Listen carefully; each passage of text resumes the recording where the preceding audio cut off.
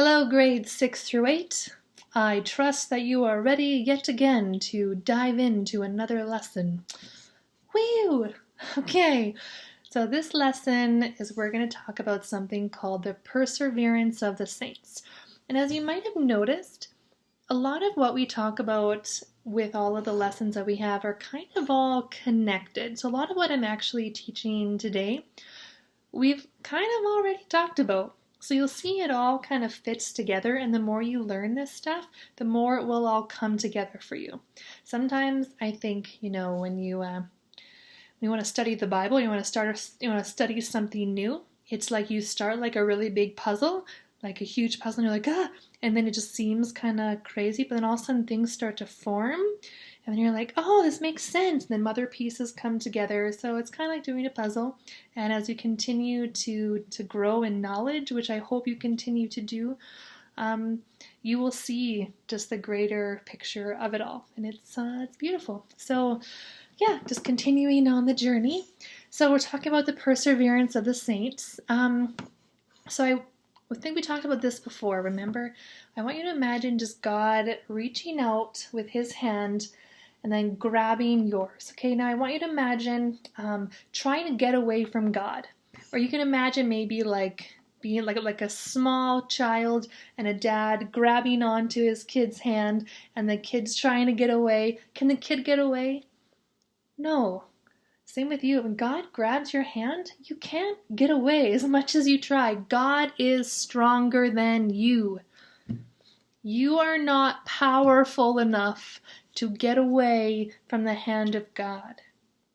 Or another thing we can imagine. Imagine you're walking with your mom and dad by a cliff. Maybe you're younger, you're 7 or 6 years old. You're walking by a cliff and one of them has you by the hand. Now let's say that you were a bit whiny and you were kind of a jerk and you were disobedient all day. Would they let go of your hand?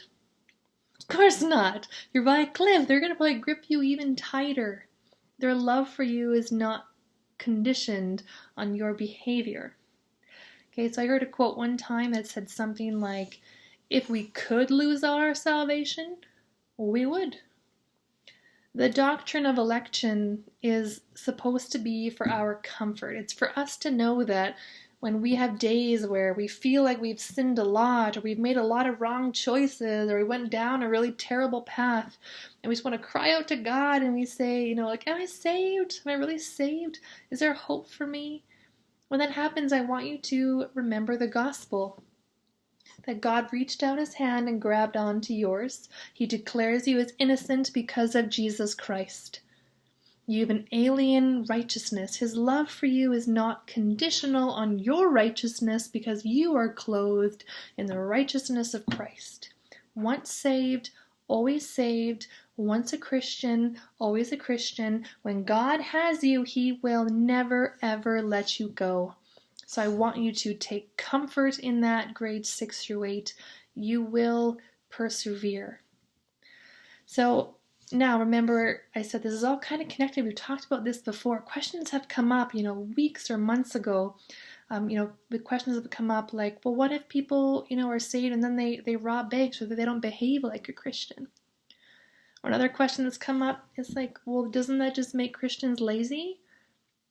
What's the point of doing anything when you're saved no matter what? So those questions have come up. So we'll talk about that on Sunday a little more. Well, we can also add a few more questions, right?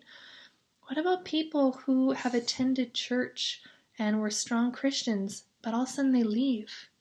What does that mean? Then did they lose their salvation? Were they really saved? What? Another question is, what about me? Like, if I get angry at God and I just want to walk away, am I saved? So questions like that, we're going to talk a little bit more on Sunday. Also, just a reminder that I want you to ask your parents about their conversions. This was something we wanted to do like a month or two ago. Ask them about their conversion when they started to follow Jesus and see what they say, and we'll talk about that on Sunday too.